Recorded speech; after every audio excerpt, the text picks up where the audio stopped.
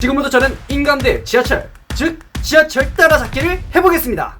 지하철 따라잡기 이전에 많이 유행했던 컨텐츠였죠. 이걸 되게 해보고 싶었었는데 찾아보니 서울 쪽에서 많이 행해졌었고, 제가 살고 있는 부산에서는 성공 사례는 당연히 없을 뿐더러 시도 사례도 거의 없는 수준이더라고요. 그럴만한 게 서울은 하도 노선이 많아서 그중 한 군데 정도는 시도를 해볼 만하다 싶은 조건이 되는 노선들이 존재했지만, 서울에 비해 노선이 적은 부산에서는 조건이 알맞다 싶은 곳을 찾기가 여간 쉽지가 않았습니다. 그래도 부산 최초 성공이라는 타이틀을 획득하고 싶어서 부산 내 모든 노선들을 이리저리 조사를 해보고 어디가 가장 성공 확률이 높을까 한번 찾아보고 연구해봤습니다. 우선 서울에서 성공 사례들을 조사해보니 역과 역 사이의 거리가 짧고 직선 형태의 노선이 성공 확률이 높더라고요. 가장 짧은 곳들은 200m 남짓의 거리 정도여서 지하철이 가속력을 받기 힘든 길이었으며, 길이 직선이기에 장애물의 방해를 받지 않고 마음껏 뛸 수 있었던 게 서울 노선에서의 성공 비법이었다고 생각했습니다. 그런 식으로 부산에서도 노선을 이리저리 찾아봤지만 아무리 짧아도 200m는커녕 300m 거리도 존재하지가 않았습니다. 가장 짧은 거리가 서면에서 부전까지였고, 이는 대략 400m. 이 정도 거리라면 지하철이 충분히 가속을 내어 인간이 추월하기에 충분한 속도라고 생각을 했고, 시도했던 분의 영상도 봤었는데 역시나 실패를 했더라고요. 이것을 보고 아무래도 부산에서는 서울에서와 같은 전략으로는 성공하기가 힘들겠다 싶어서 다른 전략을 생각해 보았습니다. 성공하기 위해 가장 중요한 요건은 지하철은 빨리 달리지 못하면서 인간은 전속력으로 돌진할 수 있는 여건이 마련되어야 한다는 점인데, 조금 더 생각을 해보니 역과 역 사이의 구조가 꼭 일자 모양이 필요가 없겠다 싶었습니다. 최대한 휘어져 있는 형태라면 지하철은 이탈 방지를 위해 속도를 낼 수가 없을 터인데, 인간은 좀 더 자유로운 형태로 단거리로 달릴 수 있기에 이러한 점이 가장 해볼만한 구조이지 않을까 생각을 해보았고, 이런 조건을 갖춘 몇 개의 역들을 찾아냈습니다. 그 몇 개의 역들을 상세하게 역과 역 사이의 거리, 지하철 통과 속도 등등을 조사해보았고, 조사를 하는 과정에서 가장 최적의 역을 찾아낼 수 있었습니다. 그건 바로 서대신과 동대신역 구간이었습니다. 이 사이 구간은 집들이 빼곡하게 들어서서 노선 이탈 문제 및 철로에서 발생되는 소음 문제로 인해 통과 속도가 시속 30km 이하로 제한되어 있었고, 실질적인 운행 속도는 시속 25km로 운행 중이라고 하더라고요. 더군다나 지하철은 거의 U자 형태 마냥 길게 꺾인 채로 가야 하지만, 인간은 그 사이를 최대 400m 가량의 거리로 신호등의 영향을 받지 않고 달릴 수가 있는 형태였습니다. 이 이상의 좋은 조건의 역은 없는 것 같아서 해당 역을 더욱 조사하였고, 지식인이나 인터넷 기사 등을 찾아보니 이 역은 왜 이렇게 군뱅이처럼 가나요? 또는 그냥 뛰어가는 게 더 빠르겠다는 식의 자료 등을 찾아볼 수 있었고, 인간의 사람들은 정말로 지하철로 이동하는 시간이나 걸어서 가는 시간이나 그게 그거라고 판단을 했는지 실제 서대신역의 이용객은 1호선 최저 수준이었습니다. 조사를 하면서 정말 딱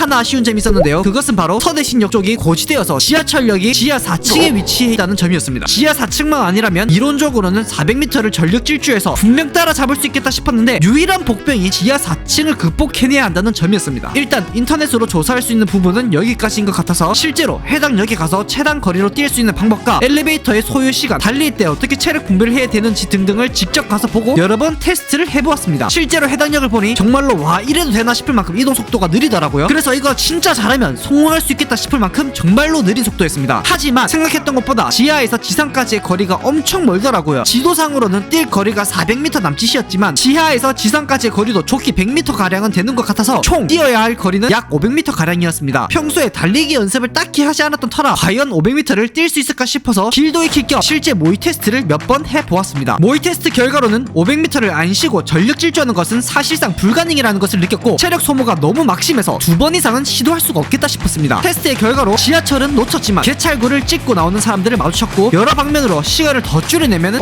이거 잘하면 진짜 될지도 하는 생각이 들었습니다. 최단 거리, 최적의 코스를 머릿속에 각인시키고 체력을 끌어올리기 위해 며칠 동안 달리기 연습도 하며 드디어 며칠 후 진짜 도전을 시작했습니다. 이렇게 조금이라도 무게를 줄여보고자 한겨울에 반팔을 입고 길거리를 질주까지 했는데, 나름 결과도 좋게 나왔었으나 정말 속상하게도 뛰다가 제가 폰이 안 떨어지게 꽉 부여잡는 과정에서 일시 정지 버튼을 눌렸나 보더라고요. 중간쯤부터 차량이 멈춰져 있어서 1차 시도를 그렇게 날려버렸습니다. 이후 2차 시도를 가행했는데 이미 1차 시도에서 대부분의 체력을 써버린 후였고, 심지어 엘리베이터마저 바로 준비가 돼 있지 않아서 계단으로 간다고 뛰던 도중 체력이 고갈되어 버려서 2차 시도 역시 실패로 끝이 났습니다. 심지어 2차 시도 때 너무 무리하게 체력을 써버린 탓인지 폐와 다리에 손상이 가해진 것 같아서 며칠 동안은 도전을 할 수가 없는 상태가 돼버렸습니다. 하지만 도전을 해보면서도 시간을 좀 더 줄여낼 수 있는 방안들이 떠올랐고, 며칠 후 몸을 좀 회복시킨 후 2차 도전을 가행했습니다.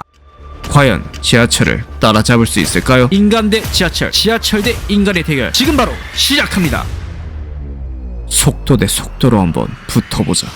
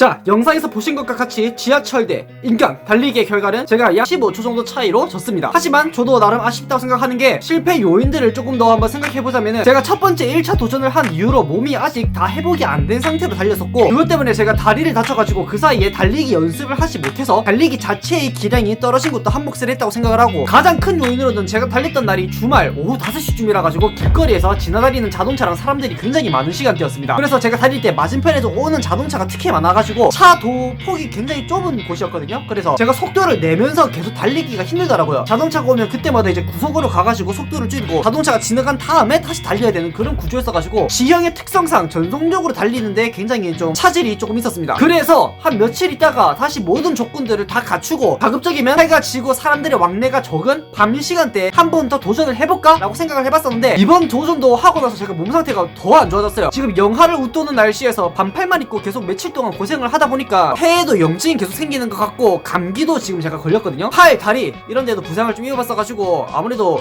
이번 겨울 동안은 이제 제 도전은 조금 힘들 것 같습니다. 저의 재도전을 원하는 것 같다 싶으면은 날씨가 풀리고 한번 재도전을 생각해보겠습니다. 그때까지 좋아요, 구독 눌러주시고 알림 설정 그리고 댓글도 많이 부탁드립니다.